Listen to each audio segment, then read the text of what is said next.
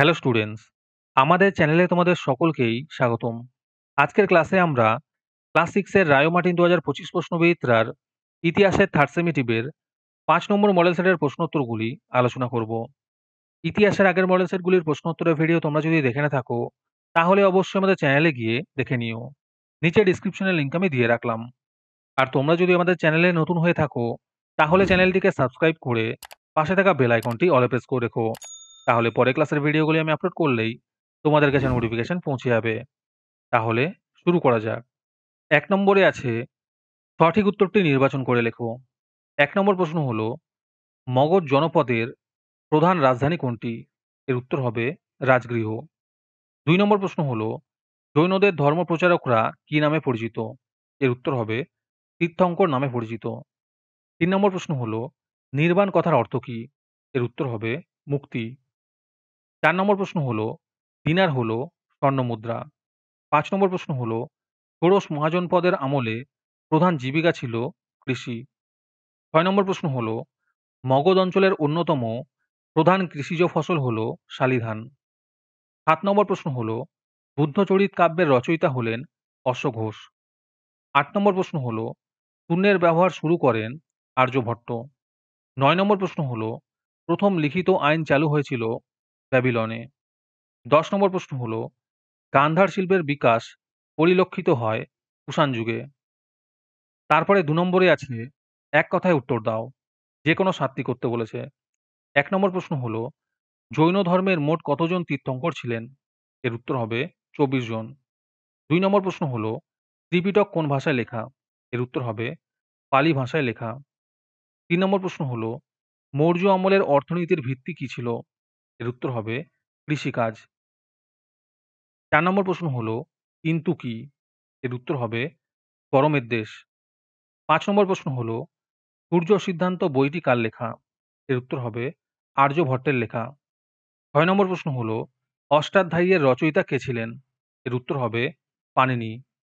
৭ নম্বর প্রশ্ন হলো, ফেরাও কাদের বলা হতো? এর উত্তর হবে প্রাচীন মিশরের রাজাদের বলা হতো। ৮ নম্বর প্রশ্ন হলো, গুপ্ত বংশের প্রতিষ্ঠাতা কে? এর উত্তর হবে শ্রীগুপ্ত। ৯ নম্বর প্রশ্ন হলো, মিশরের লিপিকে কি বলা হয়? এর উত্তর হবে হায়ারোগ্লিফিক লিপি বলা হয়। তারপরে ৩ নম্বরে আছে শূন্যস্থান পূরণ করো। যে কোনো ৬টি করতে বলেছে। ১ নম্বরে আছে মহাবীর জন্মগ্রহণ করেন লিচ্ছবি বংশে। ২ নম্বর প্রশ্ন হলো, পিটক শব্দের অর্থ ঝুড়ি। ৩ নম্বর প্রশ্ন হলো, বেশিরভাগ মহাজন পদ গঙ্গা নদী উপত্যকায় অবস্থিত ছিল। ৪ নম্বর প্রশ্ন হলো, প্রাচীন ভারতে একটি বন্দরের নাম তাম্রলিপ্ত।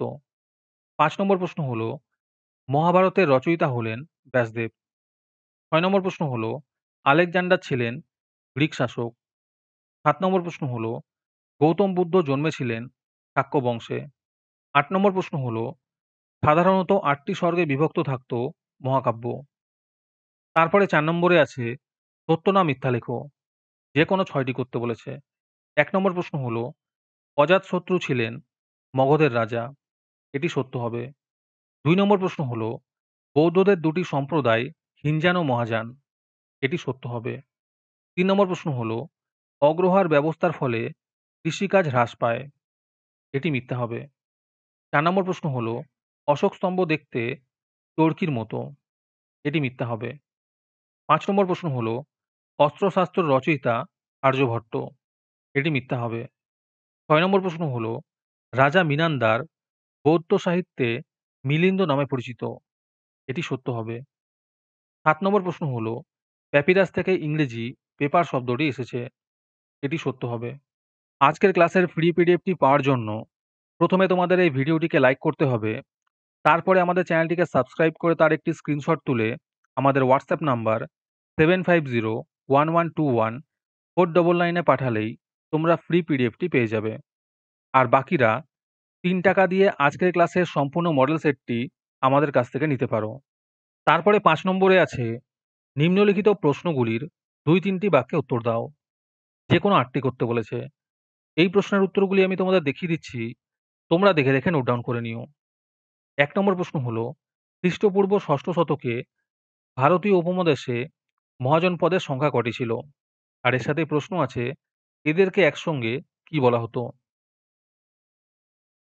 ২ নম্বর প্রশ্ন হলো, গৌতম বুদ্ধের বাল্য নাম কি? তার নাম কেন বুদ্ধ হয়? ৩ নম্বর প্রশ্ন হলো, জৈন ধর্মের ত্রিরত্ন কি? ৪ নম্বর প্রশ্ন হলো, গুপ্ত রাজাদের প্রচলিত স্বর্ণ মুদ্রার নাম কি, কি? ৫ নম্বর প্রশ্ন হলো, কুষাণ আমলে কি, কি দ্রব্য বিদেশে রপ্তানি হতো? ৬ নম্বর প্রশ্ন হলো, শিলভদ্র কে ছিলেন?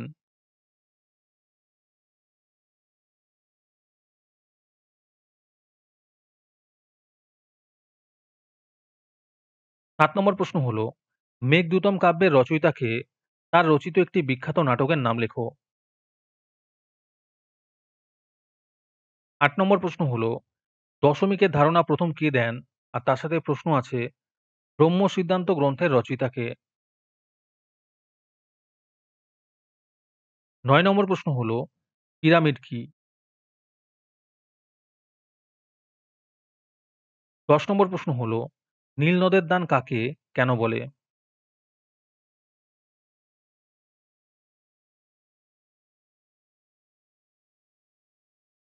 ১১ নম্বর প্রশ্ন হলো, চিত্রিত ধূসর মাটির পাত্রের দুটি বৈশিষ্ট্য লেখো।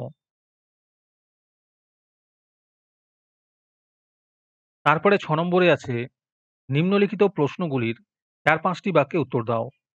১ নম্বর প্রশ্ন হলো, ষোড়শ মহাজন পদের টিকা লেখো। মডেল সেট সম্পর্কিত তথ্য পাওয়ার জন্য আমাদের হোয়াটসঅ্যাপ চ্যানেল এবং এক্সামের সাজেশনের জন্য আমাদের টেলিগ্রাম চ্যানেল তোমরা জয়েন করতে পারো। নিচে ডিসক্রিপশনে লিংক দেওয়া রইলো, তোমরা সেখানে গিয়ে জয়েন করে নিও। ২ নম্বর প্রশ্ন হলো, চতুর্যাম ও পঞ্চমহাব্রত কি?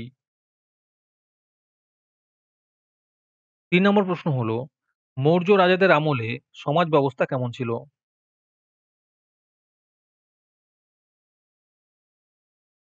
৪ নম্বর প্রশ্ন হলো, নালন্দা বিশ্ববিদ্যালয় সম্পর্কে টিকা লেখো।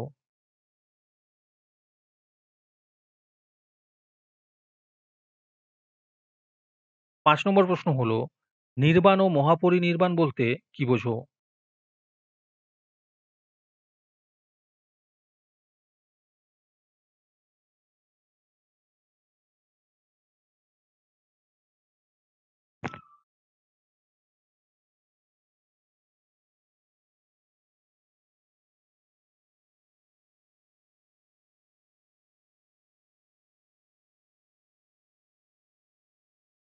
৬ নম্বর প্রশ্ন হলো, গুপ্ত যুগের সবথেকে বিখ্যাত সাহিত্যিক কে ছিলেন? তার কয়েকটি সাহিত্যের নাম লেখো।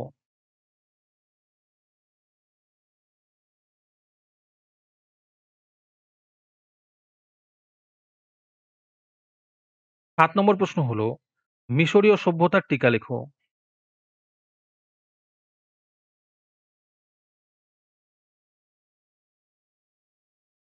৮ নম্বর প্রশ্ন হলো, বৈদিক সাহিত্যের টিকা লেখো।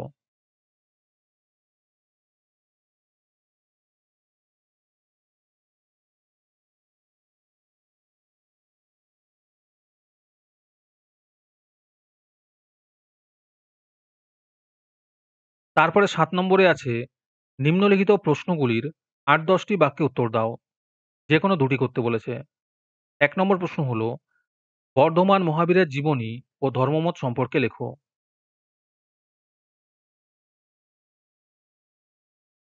২ নম্বর প্রশ্ন হলো, মেগাস্থিনিস কে?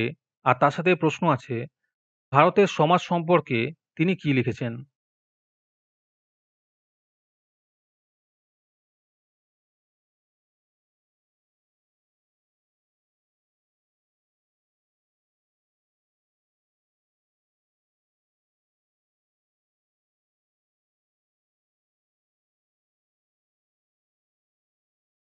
৩ নম্বর প্রশ্ন হলো, গুপ্ত যুগের শিক্ষা ব্যবস্থা কেমন ছিল?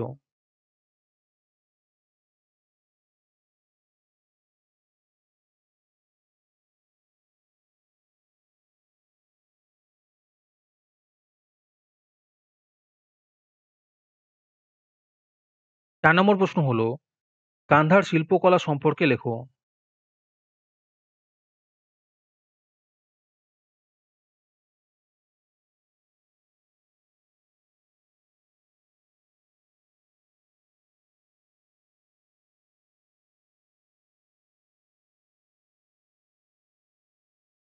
আজকের ক্লাসটি তোমাদের ভালো লেগে থাকলে ভিডিওটিকে লাইক এবং চ্যানেলটিকে সাবস্ক্রাইব করে দিও। তার সাথে ভিডিওটি তোমাদের সহপাঠীদের শেয়ার করে দিও। তাহলে আজকে এই পর্যন্তই। দেখা হচ্ছে পরের ক্লাসে।